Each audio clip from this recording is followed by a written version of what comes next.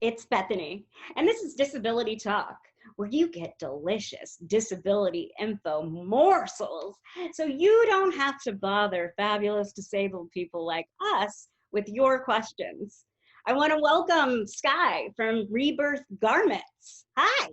Hi, I'm Sky Hey. Kabaku. I use they, them pronouns. Very nice. And I use she, her. And I'll just describe my background and then you can as well, and we'll jump into the questions. And you have a colorful background, so I'm curious how this audio description is going to go. Teach me. So I am a white femme with shoulder length brown hair that's currently in a ponytail on top of my head with a sparkly doodad around it to try to be more sparkly for Sky. I have pink eyeshadow on and pink lipstick and some white hoop earrings. I have a little kiss heart on my chest that I'm trying to show, but I am a short woman in a wheelchair, so not really much of me to see. Behind me, there are a bunch of necklaces hanging, and I have two shelves, one that has an amethyst on it and a sign that says "A riot is the language of the unheard." And on the second shelf, as always, I have an item that is supposed to be something that Sky and I, or my guest and I, would have in common. And these are little accoutrements for fashion to throw on your shoulders. They are called epaulettes. Yes. Yes. I also have, of course, my condom bag behind me because, as always, I am interested in sexual health for all bodies. Anyway, that was too excited, so now I'm going to pass it over to you to be even more colorful and fabulous, but no pressure also. I'm a small Filipinx human who's tan and has lots of tattoos. I have a scale mail headpiece on my head that's very stimmy. It's in pink, purple, turquoise, and yellow. I have hot pink, clear queer crypt symbol laser cut earrings out of plexiglass and a little mermaid hoodie that I made that has a sheer hood, holographic mermaid scales, a nice little holographic blue front, and I have, oops, my pin just fell down, but I have a they them pin by my friend Bright Nice. on. And in my background I have racks and racks of Rebirth Garments clothing that is in a rainbow of color blocked spandex and a sign in the back that says Rebirth in fake fur that is screen printed with polka dots on it. Very nice. And quite a bit of drawings that my dad made in the 70s that feature the golden ratio spiral. Very cool. That's so nice that you have your family in there. Yeah, always. That's great. That's really nice. So the first question we're going to get to, and that was a very nice description, by the way. All the color is just explosive. It's where I'm living right now, and it's getting me through pandemic realness. Color is the way. So thank you. I love your feed for that. So talk to us how your passion is related to being a person with a disability or disabled person, however you identify, or disability in general. How your passion, whatever your purpose is. I'm assuming it's Rebirth Garments, at least in part. Oh, definitely. I mean, Rebirth was definitely born out of my anxiety and panic disorder that I've had my whole life. I decided to give myself a rebirthing ceremony, not one that's like based in any sort of real religion, just like a weird performance art thing where I was like, I'm going to be a new person where my anxiety and panic disorder is like useful to me rather than just kind of weighing me down in a not cool way where I was having panic attacks like every day right before I had my rebirthing ceremony. But then I met all these really cool feminists like queers and women who were through my friend Heather Lynn's sci-fi feminist space rock opera. Nice. Yeah, I was like, big ups to Chicago for having that kind of community. Totally. That's a nice niche. Yeah, I met all these really cool folks through Heather Lynn, and like Heather Lynn is like a queer neurodivergent person, so I saw like how much respect that they commanded over folks, and how they really use their neurodivergencies to to do their work, which I had always done, but I didn't feel like I had the kind of respect that Heather had. So I was like, okay, I want to be a new person. I'm gonna start over. And so that's why I had this rebirthing ceremony. And then a year later, I decided to start the clothing line. I had been dreaming about it since high school. Wow. But I just didn't really have the time or the resources to do it. But then, but around the same time that I had my rebirthing ceremony, my stomach had stopped working properly. I don't know. There's not any sort of real technical term for it because they never could diagnose me with what was wrong with, or what is wrong with my stomach still. But now I know how to cope with it.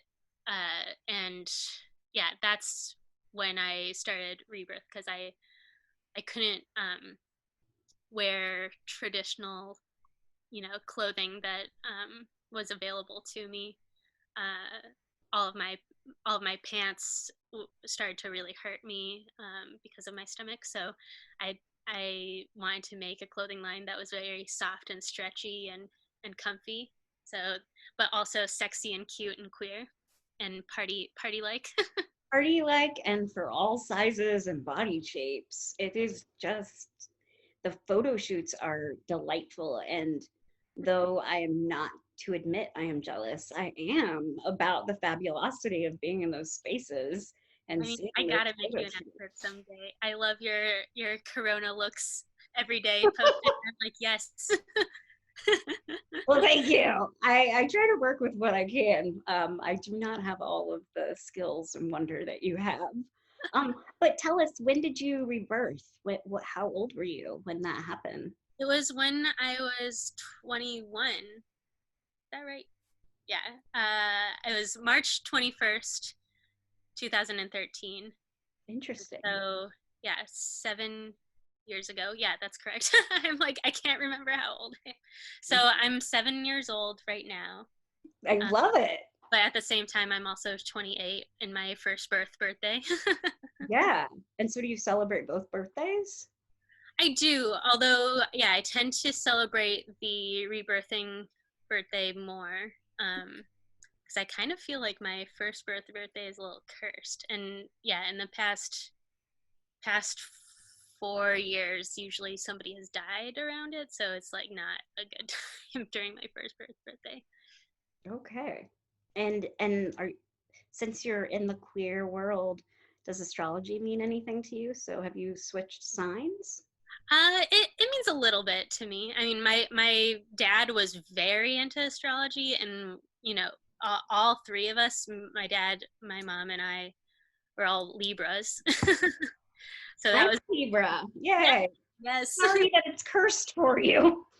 Oh, I mean, like, I used to love my birthday when I was a kid. It just, yeah, since I turned 21, because my stomach disorder started when I turned 21, like the day I turned 21. Okay, that's a terrible gift. I know.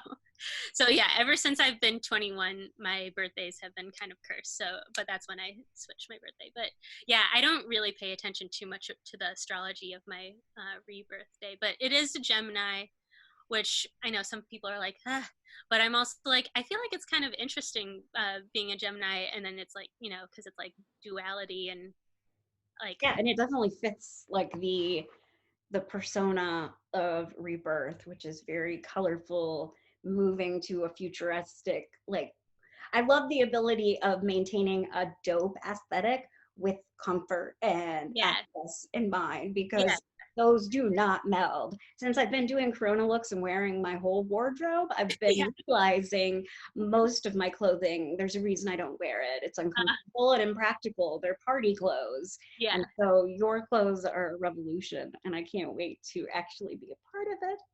So this moves us into a good question about joy and pleasures that you get from the disability world or your neurodivergent friends, like all of what you would consider disability worlds. And Yeah. I want to make space for understanding that there are multiple worlds and we don't all exist in one.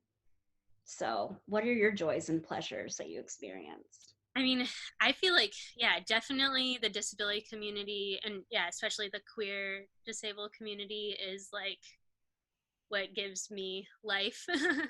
I would say, like, I think, the Disability Visibility Project that Alice Wong has going, like, I discovered that right when I was writing my manifesto, because she started it around when Rebirth Garments started. And Yeah, like that was huge for me, being able to get all the, I mean, when it was a Facebook group and it was just like lots of disability news, yeah. No, that's I like where I remember. would get all my info. And now on Vogue, Yeah, Alice is now on, rocking like I remember carrying around my Vogue that had Jillian Mercado in it, like yeah. a million years ago. It wasn't really that a million years ago, but since we're in a pandemic, it kind of feels like it. And now she like Alice is on the cover. I know. It's amazing. It's yeah, Yeah. we're in a moment, but keep going. I'm sorry to No, interrupt you. and yeah, I have Alice on all of my business cards for the past Ah, many years. Like, I, very cool. I love Alice so much. It's kind of hard not to. Yeah. So yeah, I think yeah, Yeah, and that's cool. I have an abridged version of my manifesto in the Disability Visibility anthology. So Oh, great. That is exciting. I think I have the book so we can highlight it. I have it on my read list, Disability Visibility. I am so excited about this, particularly to teach it because students love first person narratives. Do you know yeah, how much they hate my writing? Because they're just like, Professor Stevens, stop talking about the law. And I understand. I mean, I want to hear they the don't rich know how good stories of they life got it. too. Sorry? They don't know how good they got it. Oh, I mean, my work is pretty nerdy and that was dry. So I take the critique with constructive nature, even though they shouldn't critique professors. I don't know, power dynamics, maybe they should. I don't really know. This is why I'm not going into academia. It's not fully a healthy place for my soul to flourish. Yeah. And like this kind of color is not welcome there. And I think I need that on my face to just keep moving. So, yeah. So, final question for you, because this is just a little morsel for people to just bite into, is what are you envisioning for our disability justice future? What do you want to see? Oh my gosh. I mean, I I am hoping that this pandemic is teaching people like that accessibility is important and it isn't as hard as they make it out to be. Like, so I'm really hoping that things like accessibility accommodations that they've made just during the pandemic are continued, For because sure. it's just fucking ridiculous otherwise. I don't know. Like, yeah, I had to take off a semester from school when I was really sick, and I had disability accommodations afterwards. But it just like I was lucky in order like with the teachers that I got afterwards. But I mean, like I handpicked them, being like, okay, these are teachers that I know I've had before, and they know that I work hard and they trust me, so they're going to let me do this. But like, if I was a freshman when I had to do it instead of a junior, I don't know if I would have been able to. Um, and yeah, so I just like hope that, yeah, things are more accessible for jobs and for school, but also, yeah, like doing these like remote online dance parties are like so cute, and like they really brighten my day. So I hope more fun performances happen online. Yeah, I mean, I felt like this year was the most accessible Pride Oh, I've for ever sure. experienced, and I'm new to sobriety. And so Pride is a pretty drunken affair. And so it was nice to be away from it and be able to still celebrate it. But For yeah, sure. yeah. I Um, hope that there's also more like, so like I don't I just don't drink, but like I've just never really drank. So yeah, it's like cool, more events that are not centered around drinking would be amazing. Like that would be a dream. I Cuz like mean, yeah, I'm used to it and I can deal with drunk people, but I don't really like to, you know. it's an access issue. I mean, it really is. And not just in terms of like people in recovery and being triggered, but plenty of people are on medication. Plenty of people don't want to drink or be around people who get lecherous and weird when we drink. And it's also easier to just hear in places where people are not drinking. So it's just more accessible on so many levels. But yeah, I'm excited to see your work proliferate in our disability justice future. And I would love to know more about dance parties. Where are these things happening? Oh Tell yeah. me. Well, Kevin Gotkin has been DJing quite a bit of Oh, dance parties. okay. I know that person. Yes. Yeah, we're supposed Okay. to do some sort of collab soon. We were going to, but then yeah, things got so much more wild. Imagine that a pandemic revolution just happened and it kind of put like a wedge in between progress, but we're still moving forward. And I know everybody wants to follow you, so please tell us where we can find you. And then if you have any projects you want to share with the world, we'd love to hear. Not that I am the world, but I will draw the world. Yes. Please. Yeah, I'm at rebirthgarments.com, and you can follow me on Instagram, TikTok now, and Twitter at Rebirth. Now, we'll see if it shuts down. Yeah, yeah.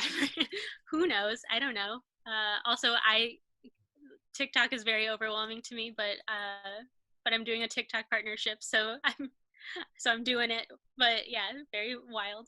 I'm also on Facebook at Rebirth Garments as separate words, but yeah, the other ones are all smushed together for Rebirth Garments. Cool. And you can see lots of my performances on Vimeo at vimeo.com/Rebirth Garments. Including your rebirth? Did you tape that? There is a video of that. I think I want to make it private though, because now I'm like, oh gosh. Fair enough. I mean, that's a big deal. It's private. I get it. I was just curious. It sounded very artistic, and I like that it was not in the name of a dogma that you created it for Yeah, yourself. just Yeah, a fake dogma. I'm all for that. Creating my own dogma. It's like lipstick and sparkle, and that's magic. Yeah. Well, thank you so much for your time. I really value it, and I'm looking forward to rocking a crop top by you in the future. Yes. Thank you.